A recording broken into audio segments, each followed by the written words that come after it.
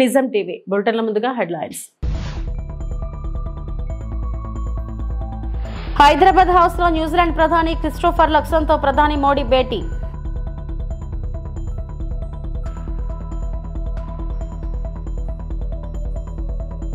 YCP హయాంలో ఉపాధి హామీ పనుల్లో 250 కోట్ల అవినీతి. ఆంధ్రప్రదేశ్ ఉప ముఖ్యమంత్రి పవన్ కళ్యాణ్.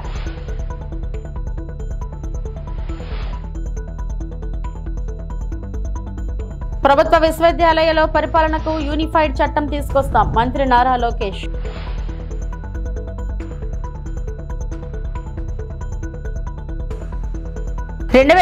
జూన్లోగా పోలవరం పునరావాసం పూర్తి. జలవనరుల శాఖ మంత్రి నిమ్మల రామానాయుడు.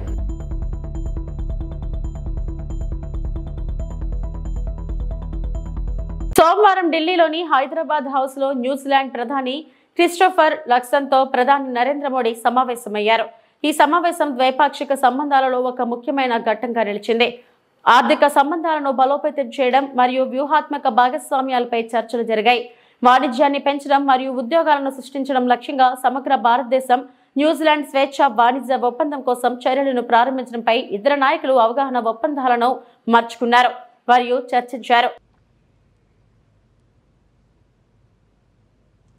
द्विपक्षीय व्यापार और आर्थिक संबंधों को मजबूत करने के लिए प्रधानमंत्री नरेंद्र मोदी के साथ न्यूजीलैंड के प्रधानमंत्री की मंडल स्तर की बातचीत भारत और न्यूजीलैंड के बीच जारी है। प्रधानमंत्री नरेंद्र मोदी और न्यूजीलैंड के प्रधानमंत्री क्रिस्टोफर लक्सन अपने अपने प्रतिनिधि मंडलों के साथ इस समय वार्ता जारी है और ये दृश्य आप देख रहे हैं जिसमें कई ऐसे बड़े मसले हैं जिसको लेकर दोनों देश अब आगे बढ़ेंगे। हम जानते हैं के साथ भी एफटीए को लेकर వైసీపీ హయాంలో ఉపాధి హామీ పనుల్లో అవినీతి గుర్తించామని మంత్రి పవన్ కళ్యాణ్ తెలిపారు. మొత్తం 250 కోట్ల అవినీతి జరిగినట్లు అధికారులు తమ దృష్టికి తెచ్చారన్నారు. దానిపై విచారణ సాగుతుందన్నారు. ఉపాధి హామీ కూలీలకు వేతనాల పెంపు అంశం కేంద్ర పరిధిలో ఉంటుందని అసెంబ్లీలో పవన్ ప్రకటించారు. జాతీయ ఉపాధి హామీ పథకం అది రాజకీయ ఉపాధి హామీ పథకం అయిపోయింది. అది గత ప్రభుత్వం టైంలో రైట్ ఏమో కానీ మన ఎన్డీఏ ప్రభుత్వం టైంలో దాన్ని నేను తీసుకోవట్లేదు. ఖచ్చితంగా గత ప్రభుత్వం చేసిన వారసత్వంగా వచ్చినవి ఈ కరప్షన్ మనం హ్యాండిల్ చేస్తాం ఈ రోజున. వన్స్ నేను పంచాయతీరాజ్ శాఖ బాధ్యతలు తీసుకున్న తర్వాత మొట్టమొదటి దృష్టి పెట్టింది కూడా జాతీయ ఉపాధి హామీ పథకం కింద అసలు ఏమేమి అవకతవకలు జరిగినాయి. ఇప్పుడు ఎంత గొప్ప పాలసీ పెట్టినా పథకం పెట్టినా జనం అందరూ కొల్యూడ్ అయిపోయి అంటే మనకి పార్టీలు కొల్యూడ్ అయిపోయి అందరూ ఒక అంటే ఒకళ్ళని కరప్షన్ చేసామని అర్థం చేసుకోగలం కానీ ఒక గ్రూప్స్ కొల్యూడ్ అయిపోతే తప్పులు నిర్ధారించడం చాలా కష్టం. జాతీయ ఉపాధి హామీ పథకంలో అవకతవకలు ఎవరైతే చేస్తున్నారో వాటిని జరగకుండా నిలువరించాల్సిన వ్యక్తి అతనే అవినీతికి పాల్పడ్డాడు అధ్యక్షుడు. అందుకని వెంటనే అతన్ని తీసి పక్కన పెట్టేసి ఇంకొక మిగతా మండలాలు 665లో 546 చేసాం అధ్యక్షుడు. మార్చి 31కి అయిపోతుంది. దాంట్లో 24-25కి 250 కోట్ల అవినీతిని ఉంది అనేది చేశారు. ఇదంతా కానీ ఇది ప్రాజెక్ట్ డైరెక్టర్ పీడీ చూసిన తర్వాత 71 కోట్ల మటుకే out of 250 crores only 71 crores recover చేయాలి అనేది ఆయన ఆర్డర్ చేశారు. దేనికంటే గౌరవ సభ్యులందరూ చెప్తున్న దాంట్లో మనకు అవినీతి జరిగిందని తెలుసు. అక్కడ అందరూ మస్తర్లో ఫాల్స్గా చేశారు, పనులు చేయకుండా రిజిస్టర్ చేసుకున్నారు, లేదంటే జేసీబీలు పెట్టి చేశారు, ఇవన్నీ ఉంటాయి. కానీ ఎక్కడా కూడా ప్రూఫ్కి దొరకలేదు.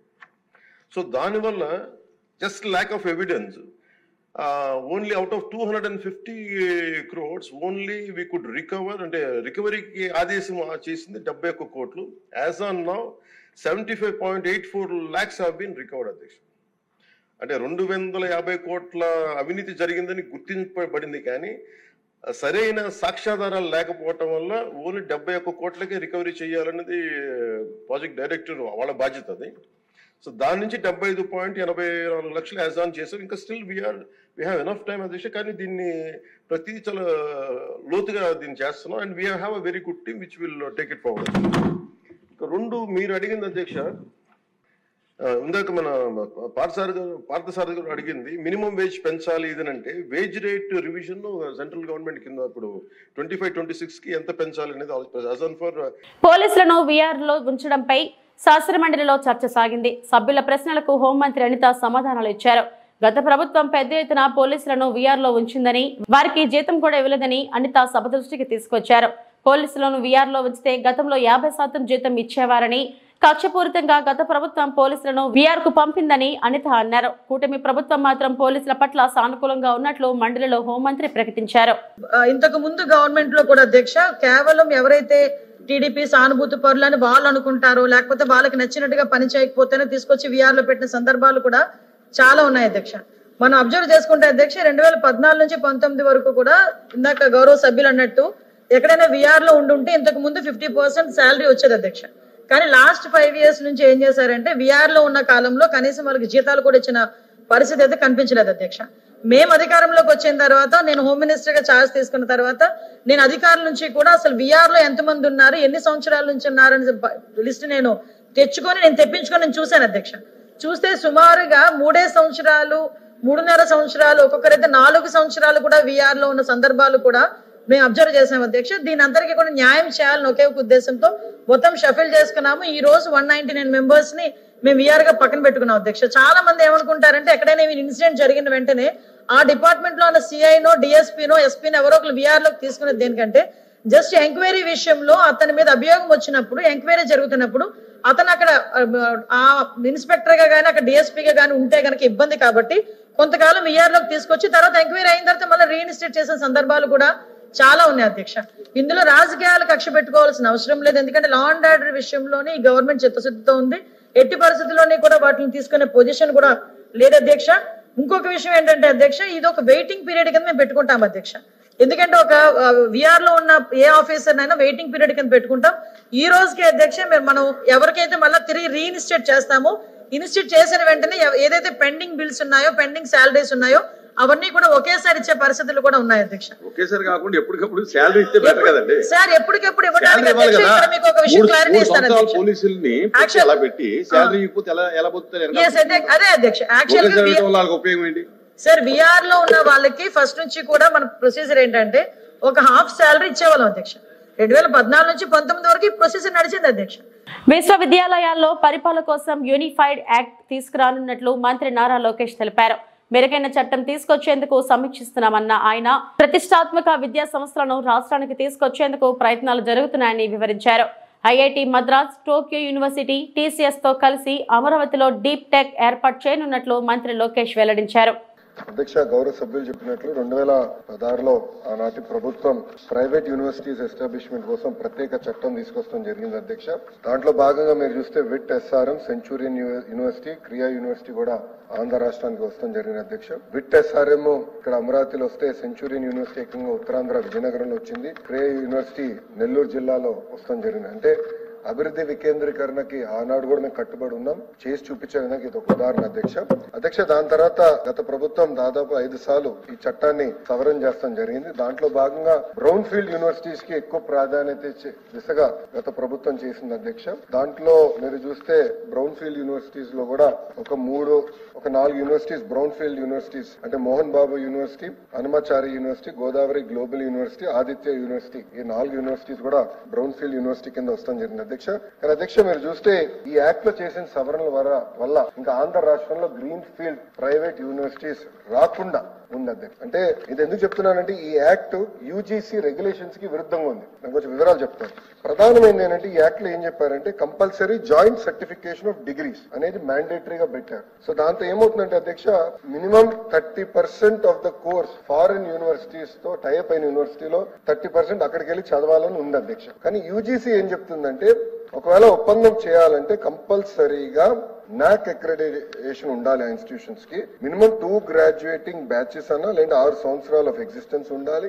అదే విధంగా కనీసం 1000+ పబ్లికేషన్స్ చేసి ఉండాలి. QS వరల్డ్ ర్యాంకింగ్స్ లో institutions must have at least 3 graduating batches అని, NIRF ర్యాంకింగ్స్ వచ్చేగల కనీసం 3 గ్రాడ్యుయేటింగ్ బ్యాచెస్ ఉండాలని యూజీసీ చెప్తుంది. అంటే మనం చేసిన చట్టాలు యూజీసీకి కాంట్రడిక్టరీగా ఉండటం వల్ల మనకి ప్రైవేట్ రంగంలో విశ్వవిద్యాలయాలు రాకుండా పోయినాయి అధ్యక్ష మనం చూస్తే మన జరిగిన ఎడ్యుకేషన్ దానిపైన కూడా మనం డిస్కస్ చేసాం. Gross enrolment ratio in higher education చూస్తే అధ్యక్ష ఆంధ్ర రాష్ట్రం 36.5% ఉంది, కానీ తమిళనాడు 47%, కేరళ 41.3% ఉంది. ఇదొక ఫోకస్డ్ గా పెట్టుకుని మేము ముందలు తీసుకెళ్లే లక్ష్యంతో చేస్తున్నామని ఆనాడు చాలా స్పష్టంగా ఎడ్యుకేషన్ రిఫార్మ్స్ కూడా నేను చెప్తాం జరిగింది. అధ్యక్ష ఇక్కడ చాలా గౌరవ సభ్యులు అడిగారు, 35% సీట్లు ఏదైతే ఉందో అది క్లియర్ గా ఎప్సెట్ ద్వారా అది ఫిల్ అవుతాం జరుగుతుంది. మిగతా 65% సీట్లు విద్యార్థులందరూ వాళ్ళ మెరిట్ ప్రకారం అంటే లోకల్ గా వాళ్ళు పెట్టుకున్న ఏదైతే ఎగ్జామ్స్ ఉందో దాని ప్రకారం ఫిల్ చేస్తాం జరుగుతుంది. 2026 జూన్ లోగా పోలవరం నిర్వాసిత కాలనీలు పూర్తి చేయాలని లక్ష్యంగా పెట్టుకున్నట్లు జలవనరుల శాఖ మంత్రి నిమ్మల రామానాయుడు చెప్పారు. వైసీపీ హయాంలో ఒక్క పని చేపట్టకపోవడమే జాప్యానికి కారణమన్నారు. శాసనమండలిలో వైసీపీ ఎమ్మెల్సీ కుంభా రవిబాబు అడిగిన ప్రశ్నకు నిమ్మల సమాధానమిచ్చారు. అదేవిధంగా ఏదైతే 41.15 మీటర్స్ నుంచి 45.72 మీటర్స్ కాంటూర్ వరకు చూసినట్లయితే 6 మండలాల్లో 132 రెవెన్యూ గ్రామాల్లో 201 శివారు గ్రామాలు మొత్తం 58,600 నిర్వాసితుల కుటుంబాలను ఐడెంటిఫై చేయడం అధ్యక్ష. ఈ రకంగా అప్ టు 45.72 వరకు మొత్తం చూసినట్లయితే 96,660 కుటుంబాలను ఐడెంటిఫై చేయడం జరిగింది అధ్యక్ష. మరి ఇందులో ప్రధానంగా మనం చూసినట్లయితే మరి ఏదైతే ఈ యొక్క 41.15 అంటే ఏదైతే ఫస్ట్ ఫేజ్ కింద 41.15 మీటర్స్ మనం చూసినట్లయితే 38,060 నిర్వాసితుల కుటుంబాలు అని చెప్పాం. ఈ 38,060 కుటుంబాలకి ఇప్పటి వరకు చూస్తే 19,794 మందికి 66 ప్యాకేజీ అందినటువంటి పరిస్థితి అధ్యక్ష. ఇందులో కూడా ఏదైతే 9,212 గిరిజన కుటుంబాలకి 575.11 కోట్లు, అదేవిధంగా 10,582 గిరిజనేతరుల కుటుంబాలకు 1,203 కోట్ల రూపాయలు మొత్తం. మరి టోటల్ గా చూసినట్లయితే ఈ 575 ప్లస్ ఈ యొక్క 10,582 గిరిజనేతరులకు కలిపి 1,203 కోట్ల రూపాయలు R&R నగదు ఇప్పటి వరకు కూడా ఈ యొక్క ఫస్ట్ ఫేజ్ కు సంబంధించి మరి 41.15 మీటర్ల వరకు కూడా అందించడం జరిగింది అధ్యక్ష. ఇంకా ఇదే ఫస్ట్ ఫేజ్ 41.15 మీటర్ సంబంధించి ఇంకా రిమైనింగ్ బ్యాలెన్స్ 9,128 గిరిజనులకు 573 కోట్లు, అదేవిధంగా 9,138 గిరిజనేతల కుటుంబాలకు 767 కోట్లు, అంటే మొత్తం ఇంకా రిమైనింగ్ 18,266 కుటుంబాలకు R&R కింద ఇంకా 1,340.47 కోట్లు R&R కింద ఈ ఫస్ట్ ఫేజ్ 41.15 మీటర్స్ కి చెల్లించవలసినటువంటి పరిస్థితి ఉంది అధ్యక్ష. ఇందులో భాగంగా ఏదైతే ఈ యొక్క 38,060 నిర్వాసితుల కుటుంబాలు ఏవైతే ఉన్నాయో ఇప్పటి వరకు 12,797 కుటుంబాలని తరలించడం జరిగింది. ఇంకా 25,263 కుటుంబాలని ఇంకా తరలించవలసి ఉందని చెప్పేసి మీ ద్వారా సభకు తెలియజేస్తున్నాను అధ్యక్ష. ఇంకా ఏదైతే ఈ యొక్క నిర్వాసితుల్ని మనం తరలించాలని అంటే ఖచ్చితంగా వాళ్ళందరికీ కూడా ఏదైతే కాలనీలు మనం నిర్మాణం చేయవలసిన అవసరం ఉంది అధ్యక్ష. అందులో భాగంగానే ఏదైతే ఈ యొక్క నిర్వాసితులకు సంబంధించి మరి మొదట్లో మనం సర్వే చేసినప్పుడు 20,946 కుటుంబాలను ఐడెంటిఫై చేయడం జరిగింది అధ్యక్ష. తర్వాత మళ్ళీ కొత్తగా రాడార్ సర్వే చేస్తే ఇంకా అదనంగా 17,117 ఐడెంటిఫై చేయడం జరిగింది అధ్యక్ష. ఇందులో మొదటి సర్వే చేసినటువంటి 20,946 కుటుంబాలకు గాను 75 కాలనీల్ని ఆ రోజు మనం ఐడెంటిఫై చేసి నిర్మాణం మరి ప్రారంభించడం జరిగింది.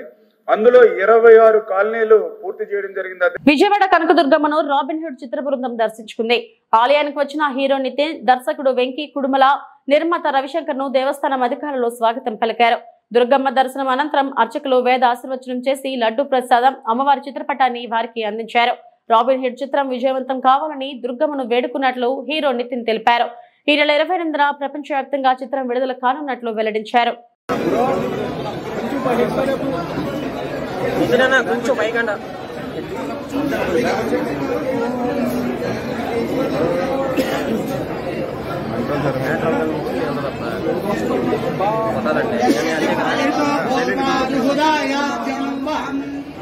పంచదర్శన శ్రీకామ సతతం జపేత్ ఆనంద కర్తమచ్చైవాహరిశ్రేయ పుత్రాదేవత పద్మారవే పద్మభూరు పద్మాక్షి పద్మసంభవే పద్మాక్షి అస్మదాయి గోదాయి ధనధాయి మహాధరే ధన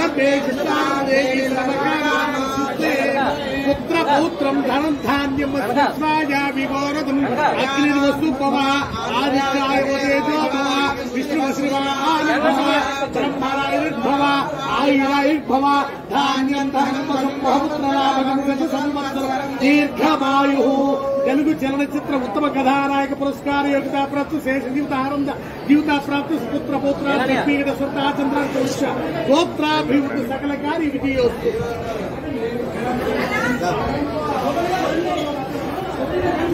ఓ వృద్ధుడు 20 ఏళ్ల తర్వాత తన కుటుంబ సభ్యులను కలుసుకున్న ఘటన పార్వతీపురం మన్యం జిల్లాలో చోటు చేసుకుంది. కలెక్టర్ శ్యాంప్రసాద్ వృద్ధుడిని కుటుంబ సభ్యులకు అప్పగించారు. అప్పారావు అనే వ్యక్తి 26 ఏళ్ల క్రితం చెన్నై రైల్వే స్టేషన్ లో తప్పిపోయినట్లు వారి కుటుంబ సభ్యులు తెలిపారు. తప్పిపోయిన అప్పారావు ఓ వ్యవసాయదారుని వద్ద గొర్రెల కాపరి పనికి బ్రాండ్ లేబర్ గా చేరారు.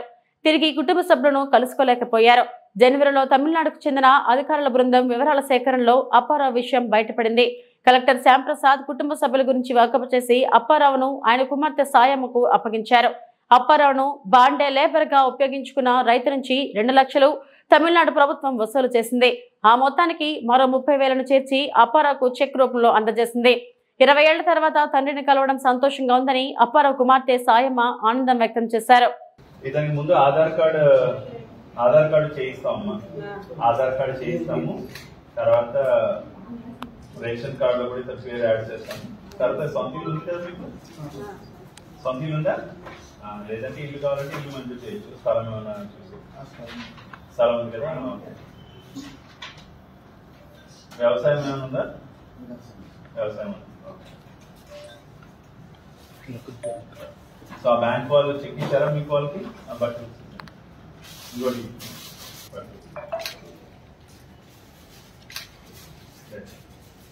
గవర్నమెంట్ ఇప్పుడు మాట్లాడి ఇంకా మన వైపు నుంచి ఏదైనా ఉంటే అది కూడా ఇవ్వడం. ఓకేనా? డాడీని బాగా చూసుకోండి, మీ నాన్నగారిని.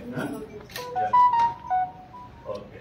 అండ్ ఒక షీప్ యూనిట్ కూడా మనం ఐటీడీ ద్వారా షీప్ యూనిట్. చాలా సంతోషంగా ఉంది.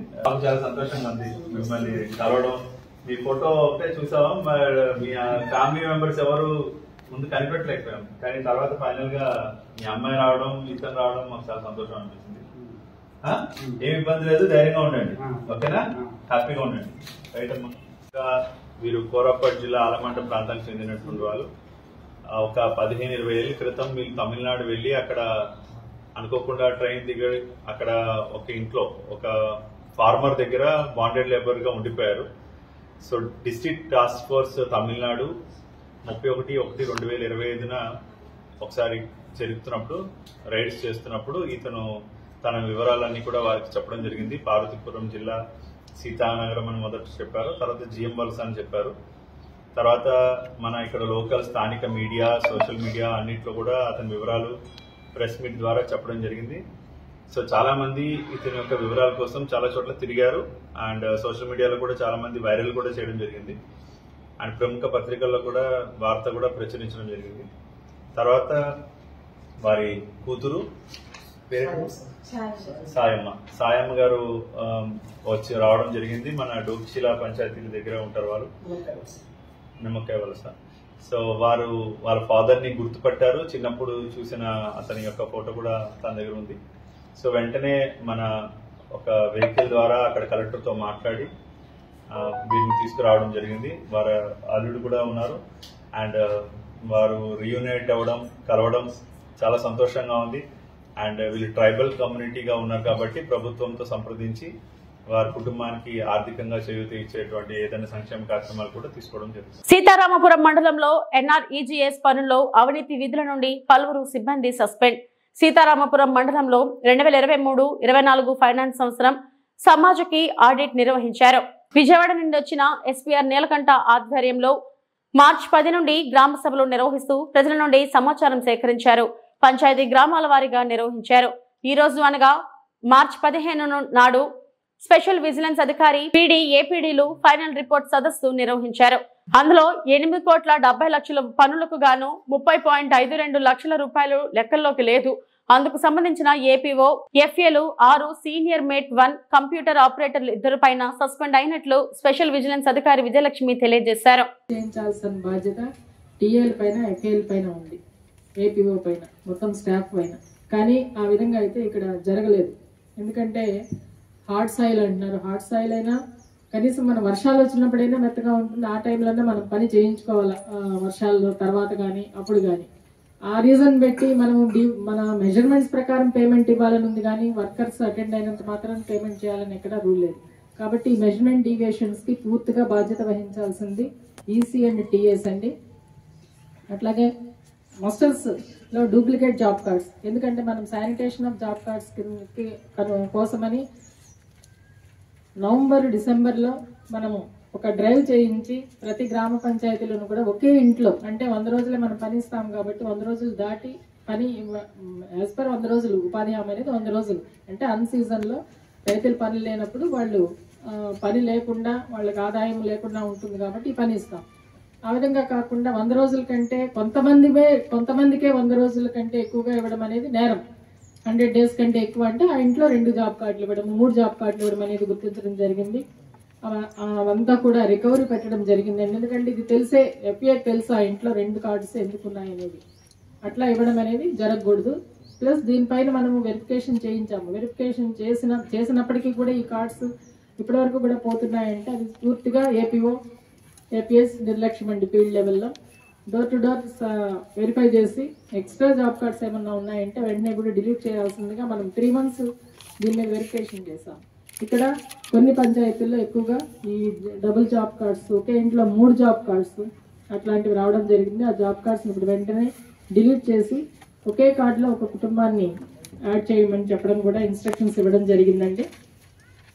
ఈ రికార్డ్స్ పరంగా చూస్తే అసలు ఫీల్డ్ అసిస్టెంట్స్ కానీ, టీఏలు కానీ, సిఓలు కానీ, సిఓ అనేవాడు అకౌంటెంట్, రికార్డ్ మెయింటెనెన్స్ అనేది రికార్డ్స్ ఆడిట్ టీమ్ హ్యాండ్ చేసినప్పుడు రికార్డ్ వెరిఫై చేసుకుని ఒకసారి చెక్ చేసుకుని ఇస్తాం. అట్లాంటి వెరిఫికేషన్ అనేది జరగలేదు. పూర్తిగా నిర్లక్ష్యం అండి. ఏపీఓ నుంచి సిఓ వరకు కూడా, టీఏలు కానీ రికార్డు, ఎఫ్ఏలు కూడా ఈవెన్ వర్క్ జరుగుతున్నప్పుడు ఫొటోస్, ఎందుకంటే డైలీ మనం ఫొటోస్ తీస్తాము, అప్లోడ్ చేస్తాము. అదేవిధంగా ఎస్టిమేట్ వేసినప్పుడే ముందు ఫీల్డ్ ఏముందనే ఫోటో తీస్తాము, వర్క్ జరుగుతున్నప్పుడు ఫోటో, కంప్లీట్ అయిన ఫోటో పెట్టాల్సిన అవసరం బాధ్యత వీళ్ళపైన ఉంది. అది కూడా పెట్టలేదు. దీనికి పూర్తిగా నిర్లక్ష్యం ఈ యొక్క స్టాఫ్ అందరిపైన ఉంది. ఇది ఫ్యూచర్లో జరగకూడదు. ఈ విధంగా జరగడానికి కూడా ప్రతి పంచాయతీలోని కూడా అవేర్నెస్ మీటింగు, బేసికర్స్తో కూడా ఒక మీటింగ్ ప్రతి గ్రామంలోని కూడా ఈ విధంగా కొలతల ప్రకారమే పని ఇవ్వడం జరుగుతుంది. అటెండెన్స్ వేస్తేనే పని ఇవ్వరు అనేది అవగాహన కల్పించి ఎంత కొలత వస్తుందో దానికి 300 రూపాయలకి వాళ్ళ దగ్గర వర్క్ టర్న్అవుట్ చేయించుకోవాల్సిన బాధ్యత పూర్తిగా టెక్నికల్ అసిస్టెంట్స్ ఎఫ్ఏఎల్ పైన, ఏపీ పైన ఉందండి.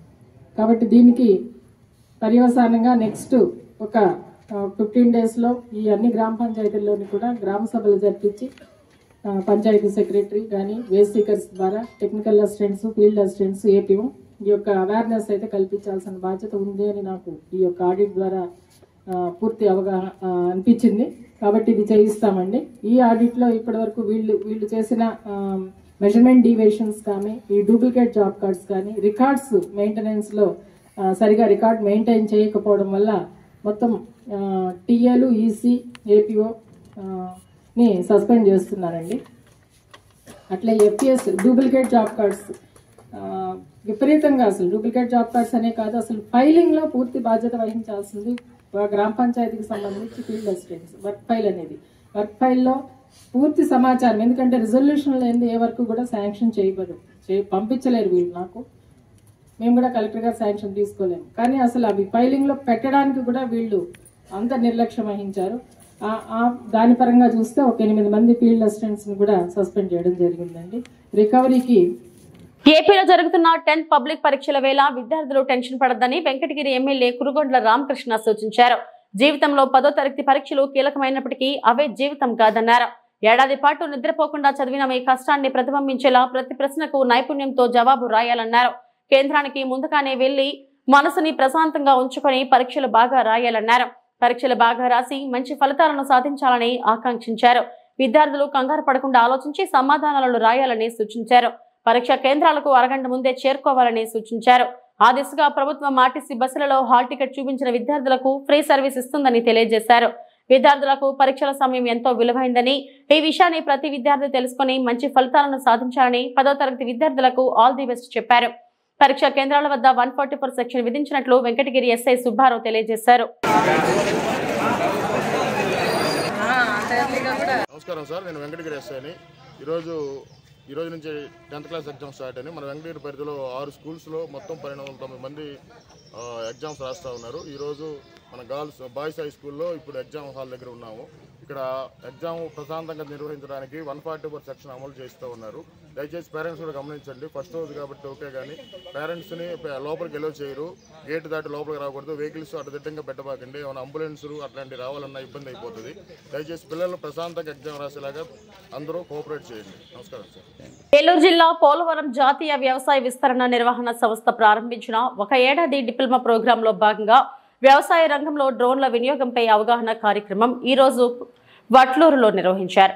ఈ కార్యక్రమాన్ని ఏలూరుకు చెందిన సూర్య డ్రోన్ టెక్నాలజీ ఆధ్వర్యంలో నిర్వహించగా వట్లూరుకు చెందిన నడిపిల్లి రామరాజు తన వ్యవసాయ క్షేత్రంలో ప్రదర్శన ఇచ్చారు.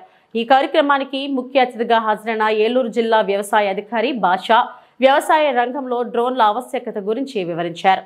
భాగ్యశ్రీ మాట్లాడుతూ డ్రోన్ల వినియోగం ద్వారా రైతులు సమయాన్ని ఖర్చును ఆదా చేసుకోవడంతో పాటు అధిక దిగుబడి సాధించవచ్చని పేర్కొన్నారు. ఈ సందర్భంగా 50 ఎకరాల వ్యవసాయాన్ని పూర్తిగా డ్రోన్ల సహాయంతో సాగు చేస్తున్న రైతు రామరాజును అలాగే కార్యక్రమ నిర్వాహకులు ఏవో సత్యనారాయణను సాల్వాతో సన్మానించారు. ఈ కార్యక్రమంలో సూర్య డ్రోన్ టెక్నాలజీ ప్రతినిధులు, డ్రోన్ పైలట్లు, అభ్యాసకులు పాల్గొన్నారు. అసలు ఎండలో కొట్టేస్తే రక్తం వచ్చేస్తా ఉంటది లేబర్ తిరగాలంటే,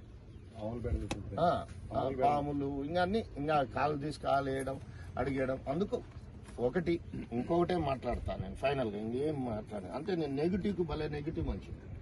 నెగిటివ్ ఇందాక నేను ఉన్నట్టు చెప్తాను. ఇందాక కూడా నేను అన్నా, we say thanks to them but not she. We must just express our gratitude to them. అంతే కదమ్మా, అర్థమైందా? నేను ఇంగ్లీష్లో చెప్తాను. అలా నేను దేనికైనా ఒకటే చెప్తాను. ఇప్పుడు మీరున్నారు కదా, మామూలు కళ్ళాల్లో ధాన్యం కొడతారు కదా, మామూలు మాన్యువల్గా కోతలు కోస్తారు కదా. మాన్యువల్గా కోతలు కోస్తారు, మనుషులతో కోతలు కోసి మనుషులతో కల్లాలు చేసిన వాటిలో ఏమైనా నష్టం ఉందా? గింజ నష్టం లేదు కదా. మిషన్ వచ్చింది, మిషన్ లో కొంత నష్టం ఉంది కదా. అయినా ఇప్పుడు మనుషులతో జరుగుతుందా? మరి ఏంటి ఇంకా అయిపోయా. ఒక్కడు కూడా ఈ జిల్లా కాదు, ప్రకాశం జిల్లాలో కూడా మాది మార్కాపురం బ్యాక్వర్డ్ డిస్ట్రిక్ట్ లో కూడా అయ్యే మిషన్లు కోయాల్సిందే. మనిషి వంగి ఇప్పుడు కోసేవాడు ఎవరు లేరు. కొడవలు ఈడ వెనక పెట్టుకొని ఆ విధంగా, ఎందుకంటే పక్కా రైతుగా మాట్లాడతాను. ఇప్పుడు అసలు వంగలేరు. నేను నమాజ్ చేస్తుంటే అసలు. ఇవి ఇప్పటి వరకు నా బులెటిన్ అప్డేట్స్. నమస్తే.